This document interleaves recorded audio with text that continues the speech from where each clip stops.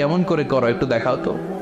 আল্লাহ বলে, ইব্রাহিম এটা কেমন কথা? আওয়ালাম তুমিন, তুমি নবী মানুষ, কি প্রশ্ন করলে? তোমার বিশ্বাস হয় না?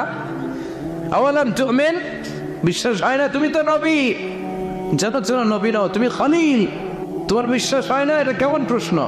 সাইয়েদনা ইব্রাহিম বললেন, বালা, বিশ্বাস হয়, ওয়ালাকিন লিয়াতমাইন্না কলবি, কিন্তু দেখলে ভাল লাগবে।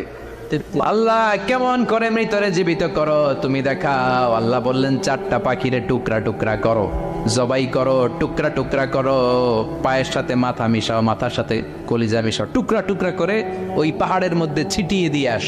এরপরে এই পাশে এসে সুম্মা দুউহুন্না ইয়াতিনাকা সায়া, আমার নামে পাখিগুলারে ডাক দাও। উনি এই পাশে এসে আল্লাহর নামে টুকরো টুকরো করে ছিটিয়ে দিয়ে আসা পাখিগুলোর ডাক দিতে দেরি মুহূর্তে পায়ের সাথে মাথা, মাথার সাথে বডি লাগে জীবিত হয়ে পাখিগুলো দৌড়ে সাইয়েদনা ইব্রাহিমের কাছে চলে এসেছে। আল্লাহ তাআলা একজন প্রসিদ্ধ নবীর ব্যাপারে কিছু তথ্য